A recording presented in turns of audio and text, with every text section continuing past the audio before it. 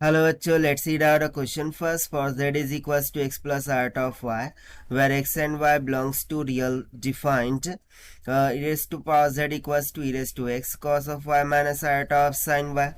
तो यहाँ पर देखिए z है, यहाँ पर हमें एक कॉम्प्लेक्स नंबर दे रखा है कि x plus iota of y की, जहाँ पर x and y real values है और e टू पावर z का वैल्यू यहाँ पर दे रखा है। साथ साथ हमें sine z equals to 1/2 iota into e raise to iota of z minus का e raise to minus of iota of z दे रखा है and cos of z equals to दे रखा है 1/2 e raise to iota of z plus e raise to minus of iota of z की equal. So हमें फिर क्या फाइंड करना है, यदि e raise to power z1 equals to e raise to power z2 हो जाए, if and only if z1 and z2 differ by, यानी कि ये जो रिलेशन है e raise to z1 equals to e raise to z2, ये किन values of z1 and z2 के डिफर के अप्रॉक्सीमेशन में मिलेंगे, यानी कि z1 माइनस z2 जब डिफर कर रहे होंगे किस इंटीग्रल वैल्यू ऑफ पाई के, सो उसके लिए हमें ये कंडीशन मिल जाए कि भाई e raise to z1 equals to e raise to of z2 होगा। सो वो कंडीशन, वो z1 माइनस z2 का वैल्यू यहाँ पर हमें फाइंड करके निकालना है। तो चलिए देखते हैं हम सोल्यूशन से, but before of its let's talk about the key concept which we are going to use here for this question. So यदि मैं यहाँ पर देखूँ, यदि हमें e raise to i of x दे रखा हो is equals to cos of x plus में iota of sine of x के इक्वल, सो इसके लिए हम सिंपली यूलर्स थ्योरम या फिर आप यूलर्स फॉर्मूले का यूज़ कर सकते हो।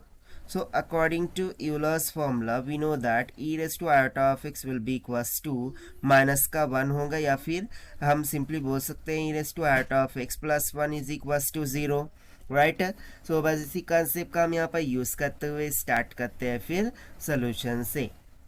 तो सबसे पहले कौन सी कंडीशन हमें दे रखी है उसको हम देख लेते हैं। तो देखिए ई रेस टू जेड को यदि मैं यहाँ से पिक आउट करूँ तो उसका वैल्यू क्या दे रखा था कि e raise to x in bracket cos of y plus में iota of sine of y की इक्वल दे रखा था, right. But according to question यहाँ पर e raise to z1 equals to e raise to z2 के लिए हमें differ value of z1 minus z2 find करनी है, right. So e raise to z2 को उधर लेकर जाते हैं, सो ये हो जाएगा e raise to z1 into e raise to का माइनस का z2 and that will be equals to, यहाँ पर कुछ नहीं बचे यानी कि 1 बचा होगा। सो यहाँ से बेस को कंबाइन करते ई रेस टू z1 माइनस का z2, this will be equals to क्या हो जाएगा 1। ना 1 हमें कब मिलता है, so according to the Euler's formula यहाँ पर e raise to i of x is equals to minus का 1 होगा, ठीक है। बट यहाँ पर बेसिकली क्या आ रहा है प्लस का 1, तो प्लस का 1 यानी कि ऑड इंटीग्रल वैल्यूज में होंगे, यानी कि मैं सिंपली बोल सकता हूँ ना कि this will be nothing but e raise to iota of क्या odd multiples, odd integral multiples of k, ठीक है, दैट इज 2k पाई हो जाएगा and this should be equals to e raise to z1 minus का z2। सो यहाँ से यदि मैं पावर्स को कंपेयर करूँ तो z1 माइनस का z2 will be equals to iota of 2k pi, इसके इक्वल यहाँ से हमें क्या होगा निकल के आ जाएगा।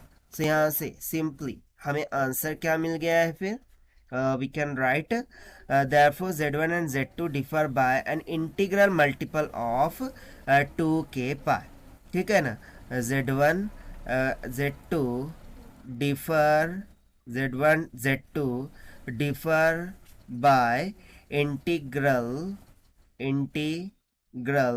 multiple of